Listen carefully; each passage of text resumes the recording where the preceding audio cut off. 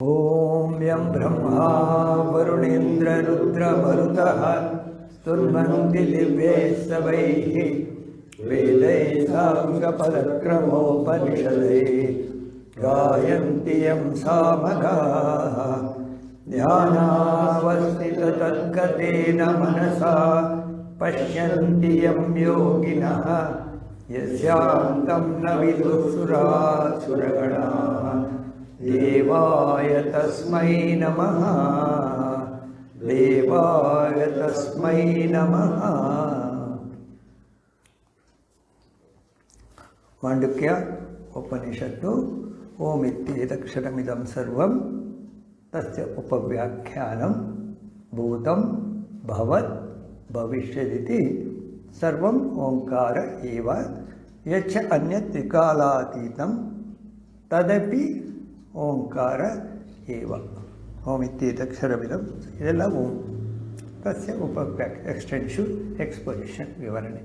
ಭೂತಂ ಭವತ್ ಭವಿಷ್ಯ ಹಿಂದೆ ಆಗಿರೋದು ಇವಾಗಿರೋದು ಒಂದೇ ಬರಬೇಕಾಗಿರೋದು ಎಲ್ಲ ಕೂಡ ಓಂ. ಯಚ್ಚ ಅನ್ಯತ್ ತ್ರಿಕಾಲಾತೀತಂ ಈ ಮೂರು ಭೂತ ಭವ್ಯ ಭವ ಅಲ್ಲದೆ ಇನ್ಯಾವುದಿದೆ ಅದು ಕೂಡ ಓಂ. ನಮ್ಮ ಅನುಭವಕ್ಕೆ ಬರುವ ವರ್ತಮಾನ ಪ್ರಪಂಚ ಹಿಂದೆ ಆಗೋಗಿರೋದು ಮುಂದೆ ಆಗಬೇಕಾಗಿರೋದು, ನಮ್ಮ ಅನುಭವಕ್ಕೆ ಬರದೇ ಇರೋ ಪ್ರಪಂಚ ಇದೆ ಅವ್ಯಕ್ತ ಪ್ರಪಂಚ, ಅದು ಕೂಡ ಓಂ.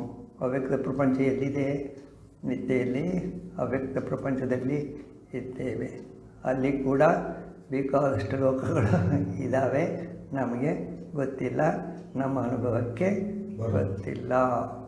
ಏನೇನಿದೆ ಅವ್ಯಕ್ತ ಪ್ರಪಂಚದಲ್ಲಿ? ಮಹತ್ತತ್ವ ಇದೆ, ಅವ್ಯಾಕೃತ ಇದೆ, ಪುರುಷತತ್ವ ಇದೆ. ಮಹತ್ತತ್ವದಲ್ಲೇ ಬೇಕಾದಷ್ಟಿದೆ. ಅವ್ಯಕ್ತ ಅಂದರೆ ಹಿರಣ್ಯಗರ್ಭ ಆಯಿತು.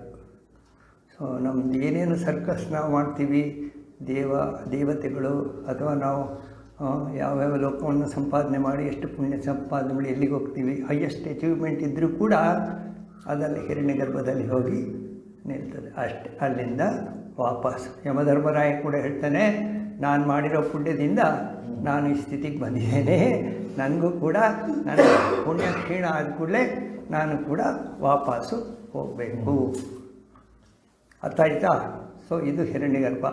ನೀವು ರಾಮ ಅನ್ನಿ, ಕೃಷ್ಣ ಅನ್ನಿ, ದೇವಿ ಅನ್ನಿ, ಚಕ್ರ ಅನ್ನಿ, ಯಾವ ವಿಧದಲ್ಲೂ ಕೂಡ ನೀವು ದೇವರನ್ನು ಅಥವಾ ಆ ಅಂತರಾತ್ಮ ಪರಮಾತ್ಮ ಏನಂತಿರೋ ಅದು ಅಲ್ಲಿ ಮುಕ್ತಾಯ.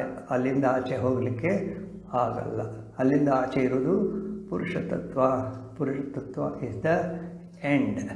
ನಮ್ಮ ಉದ್ದೇಶ ಓಂಕಾರ ಇಟ್ಕೊಂಡು ಪುರುಷತತ್ವಕ್ಕೆ ಹೋಗಲಿಕ್ಕೆ ಪ್ರಯತ್ನ ಮಾಡೋದು. ಅವ್ಯಕ್ತ ಪ್ರಪಂಚವೂ ಅಲ್ಲ ಅಂದಮೇಲೆ ಅವ್ಯಕ್ತದಲ್ಲಿ ಹಿರಣ್ಯಗರ್ಭವರೆಗೂ ಬಂದುಬಿಡ್ತು. ಹೌದಾ? ಸೊ ಸರ್ವಂ ಏತದ್ ಬ್ರಹ್ಮ. ಈಗ ಕೆಳಗಡೆ ಬಂದ ಮೇಲೆ ಪುನಃ ಇನ್ನೊಂದು ಸಾರಿ ಹೇಳ್ತಾರೆ, ಈ ಮಾಂಡುಕ್ಯ ಅನ್ನೋದು ಬಹಳ ಚಿಕ್ಕದು, ಅಷ್ಟೇ ಗಹನ, ಅಷ್ಟೇ ಆಳವಾದ್ದು. ಏಕಂ ಮಾಂಡುಕ್ಯಮೇವ ಅಲಂ ಮುಮುಕ್ಷೂಣಾಂ ವಿಮುಕ್ತಯೇ. ಮುಕ್ತಿಕೋಪನಿಷತ್ತು ಹೇಳುತ್ತೆ, ಮಾಂಡಿಕ್ಯ ಒಂದಿದ್ದರೆ ಸಾಕು ಮುಮುಕ್ಷಗಳಿಗೆ. ಬೇರೆ ನೀವು ಎಲ್ಲ ಬೀಟಿಂಗ್ ಅರೌಂಡ್ ದ ಬುಷ್ ಅದೆಲ್ಲ ಬೇಕಾಗಿದ್ದು ಒಂದಿದ್ದರೆ ಸಾಕು. ನಾವು ಅದನ್ನು ಇಟ್ಕೊಂಡಿದ್ದೀವಿ, ಅದನ್ನು ಇಟ್ಕೊಂಡು ಅಲ್ಲಿ ಗ್ರಹಿಸ್ಲಿಕ್ಕೆ ಆಗದಾಗ ಕೆಳಗಡೆ ಬರ್ತೀವಿ, ಇನ್ನೇನೇನೋ ಸಪೋರ್ಟ್ ತಗೊಳ್ಳೋಕ್ಕೆ ಪ್ರಯತ್ನ ಮಾಡ್ತೀವಿ. ಸೊ ಸರ್ವಂ ಏತದ್ ಬ್ರಹ್ಮ, ಇದೆಲ್ಲವೂ ಬ್ರಹ್ಮ, ಎಲ್ಲವೂ ಓಂ, ಎಲ್ಲವೂ ಬ್ರಹ್ಮ. ಅಯಂ ಆತ್ಮ ಬ್ರಹ್ಮ, ದಿಸ್ ಆತ್ಮನ್ ಈಸ್ ಬ್ರಹ್ಮನ್. ಹೊರಗಡೆ ಬ್ರಹ್ಮ, ಇದು ಬ್ರಹ್ಮ. ಆಯಿತಾ? ಅಯಂ ಆತ್ಮ ಚತುಷ್ಪ, 4 ಪಾದಗಳು. 4 ಪಾದಗಳು ಯಾಕೆಂದರೆ ನಾವು ಸ್ಥೂಲ ಪ್ರಪಂಚದಿಂದ ಸೂಕ್ಷ್ಮ ಪ್ರಪಂಚಕ್ಕೆ ಹೋಗಲಿಕ್ಕೆ ನಮಗೆ ಅನುಕೂಲ ಮಾಡಲಿಕ್ಕೆ.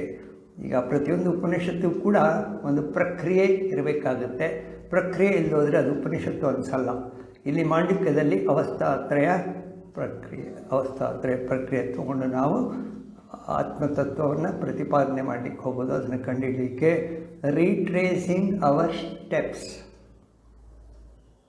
ನಮ್ಮನ್ನು ನಾವು ಕಂಡುಕೊಳ್ಳೋಕ್ಕೆ ಹೋಗಲಿಕ್ಕೆ ಅವಸ್ಥಾತ್ರಯ ವಿವೇಕ ಜಾಗರಿಕಸ್ಥಾನಃ ಬಹಿರ್ಪ್ರಜ್ಞಃ ಸಪ್ತಾಂಗ ಏಕೋನವಿಂಶತಿಮುಖಃ ಸ್ಥೂಲಬುಕ್ಕು ವೈಶ್ವಾನರ.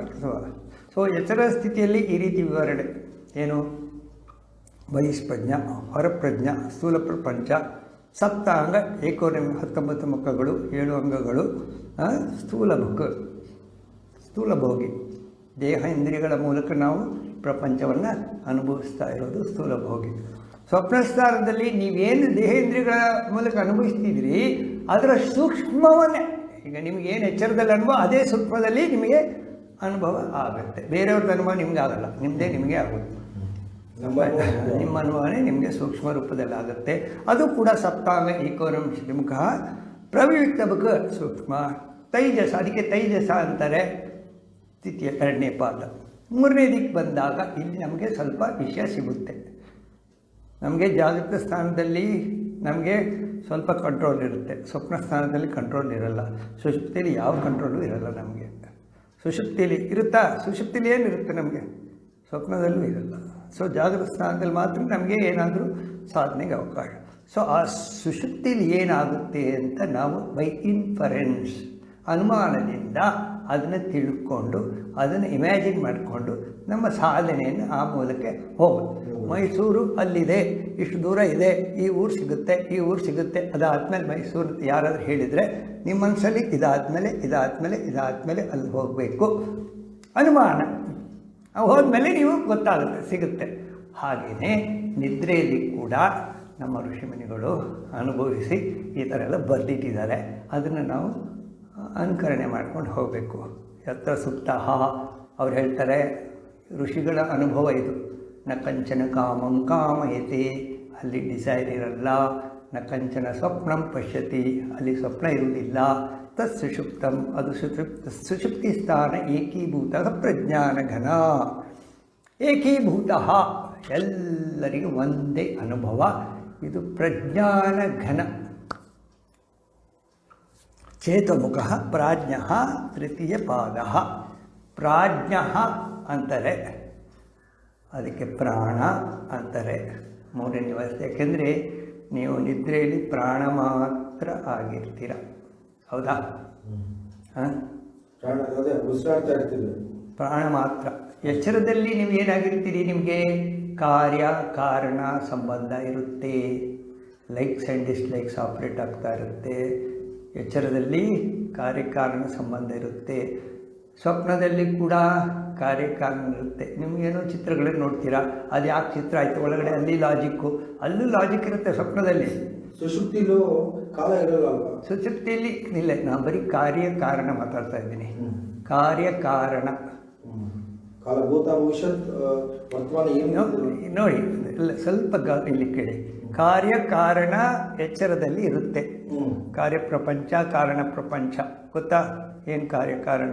ನಾನು ಏನು ಯೋಚನೆ ಮಾಡ್ತೀನಿ ಅದು ಮುಂದೆ ನಾನು ಮಾಡುವಂಥದ್ದು ಕಾರ್ಯ ಕಾರಣ. ಒಳಗಡೆ ನನ್ನ ವಾಸನೆಗಳಿರ್ತವಲ್ಲ ಸೂಕ್ಷ್ಮವಾಗಿ, ಅದು ಕಾರಣ. ಅದು ನಮ್ಮನ್ನು ಕಾರ್ಯ ಮಾಡಲಿಕ್ಕೆ ಪ್ರೇರೇಪಿಸ್ತದೆ. ಸೊ ಕಾರಣ ಕಾರ್ಯ ಎಚ್ಚರದಲ್ಲಿ. ಸ್ವಪ್ನದಲ್ಲೂ ಅದೇ ಸೂಕ್ಷ್ಮ ರೂಪದಲ್ಲಿ ಕೆಲಸ ಮಾಡುತ್ತೆ. ನಿದ್ರೆಯಲ್ಲಿ ಬಂದಾಗ ಕಾರ್ಯಪ್ರಪಂಚ ಇರುವುದಿಲ್ಲ, ಕಾರಣ ಪ್ರಪಂಚ ಇರುತ್ತೆ. ಬೀಜ ರೂಪದಲ್ಲಿರುತ್ತೆ, ಸ್ಪಂದನ ರೂಪದಲ್ಲಿರುತ್ತೆ, ಪ್ರಾಣ ಮಾತ್ರ ಇರುತ್ತೆ. ಪ್ರಾಣ ಅನ್ನೋದು 3 ಅವಸ್ಥೆಗಳಲ್ಲೂ ಕಾಮನ್, ಆಯಿತಾ? ಪ್ರಾಣ ಅನ್ನೋದು ಎಚ್ಚರ ಅವಸ್ಥೆಯಲ್ಲಿ ಬಹಳ ಅದು ಏನಾಗುತ್ತೆ, ಅಲೆಗಳು ಜಾಸ್ತಿ. ಪ್ರಾಣ ಒಂದೇ ಲೆವೆಲಲ್ಲಿ ಇರಲ್ಲ, ವ್ಯತ್ಯಾಸ ಆಗ್ತಾ ಇರುತ್ತೆ ಎಚ್ಚರದಲ್ಲಿ.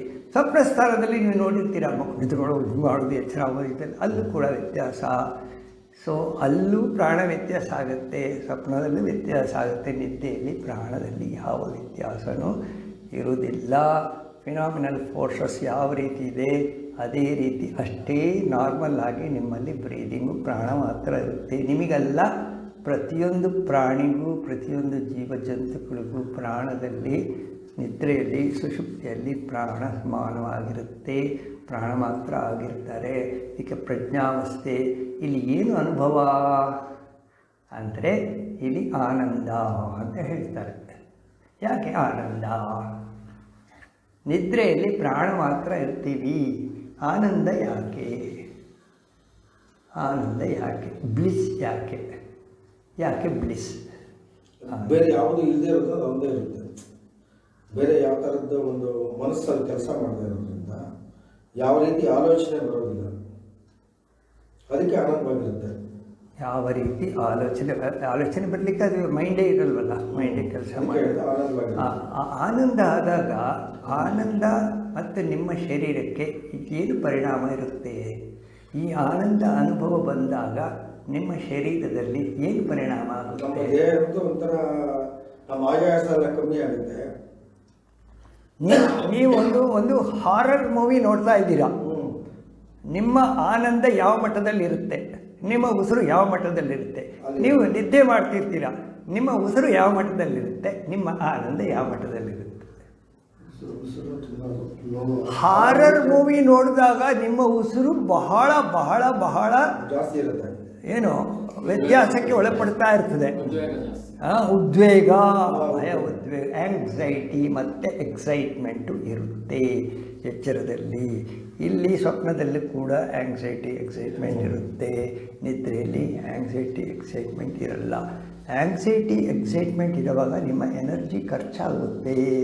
ನಿದ್ರೆಯಲ್ಲಿ ಆಂಗ್ಸೈಟಿ ಇಲ್ಲ, ನಿಮ್ಮದು ಎನರ್ಜಿ ಜಾಸ್ತಿ ಆಗುತ್ತೆ. You generate energy. ನಾನು ಮಧ್ಯಾಹ್ನ ಹೋಗಿ ಬೆಳಗ್ಗೆ ಒಂದು ಗಂಟೆ ಸುಸ್ತಾಗ್ಬಿಟ್ಟು ಒಂದು ಸ್ವಲ್ಪ ಮಲ್ಕೋಬೋಣ, ಏನೋ ಕೆಲಸ ಮಾಡಬೇಕಿವಾಗ, ಆ ಕೆಲಸ ಮಾಡೋಕ್ಕೆ ಆಗ್ತಾಯಿಲ್ಲ, ಸ್ವಲ್ಪ ಮಲಗಿಬಿಡ್ತೀನಿ ಅಂತೇಳಿ ಮಲಗಿದೆ. ಒಂದು 10 ನಿಮಿಷ ಮಲಗಿ ಎದ್ದರು ಏನು ಶಕ್ತಿ ಅಂದರೆ ಏನು ಅಂದ್ಕೊಂಡಿದ್ರು ಅದಕ್ಕಿಂತ ಜಾಸ್ತಿ ಕೆಲಸ ಮಾಡ್ತಾಯಿದ್ದೀನಿ. ಈ 10 ನಿಮಿಷಗಳಲ್ಲಿ ನಾನು ಯಾವ ಅವಸ್ಥೆಯಲ್ಲಿದ್ದೆ?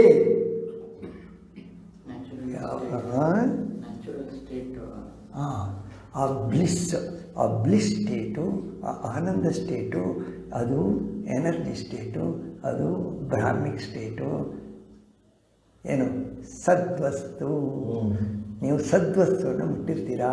ಸದ್ವಸ್ತು ಹತ್ರ ನೀವು ಯಾವಾಗ ಮುಟ್ಟಿರ್ತೀರಾ, ನಿಮ್ಮ energy level it goes with the phenomenal force, ಶಕ್ತಿ ಬಂದುಬಿಡುತ್ತೆ.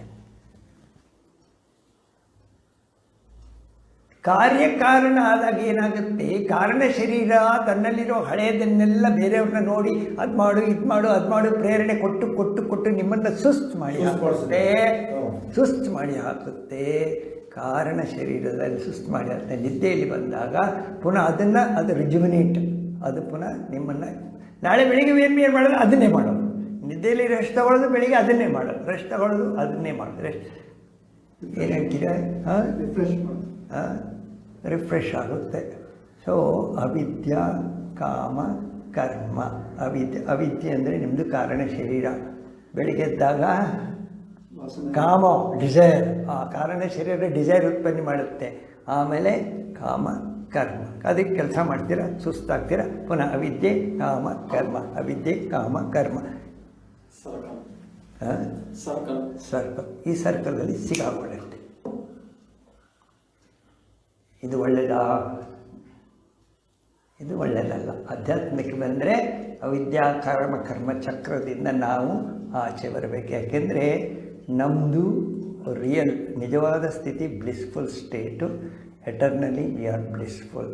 ಅದನ್ನು ನಾವು ಈ ಅವಿದ್ಯಾ ಕಾಮ ಕರ್ಮ ಚಕ್ರದಲ್ಲಿ ಕಳ್ಕೊಳ್ತಾ ಇದ್ದೀವಿ. ಆ ಬ್ಲಿಸ್ಸನ್ನು ಕಳ್ಕೊಂಡು ಆ ಅವಿದ್ಯೆಯಿಂದ ನಮ್ಮ ಡಿಸೈರ್ ಬಂದ ಫುಲ್ಫಿಲ್, ಅದೇ ನಮ್ಮ ಆನಂದ. ಅದು ನಮ್ಗೆ ಸಿಕ್ಕಿದ್ರೆ ಆನಂದ, ನನ್ನ ಮನೆ ಮಾಡಿದ್ರೆ ಆನಂದ, ನಾನು ಗಾಡಿ ತೊಗೊಂಡ್ರೆ ಆನಂದ, ನನಗೆ ಅದು ಬಂದರೆ ಆನಂದ. ಇದು ಬಂದರೆ ಇಲ್ಲಿ ಬರೀ ಆಂಗ್ಸೈಟಿ ಎಕ್ಸೈಟ್ಮೆಂಟ್ ಎರಡೇ ಇರುತ್ತೆ ಹೊರತು ಆನಂದ ಕೊನೆಯವರೆಗೂ ಸಿಗಲ್ಲ.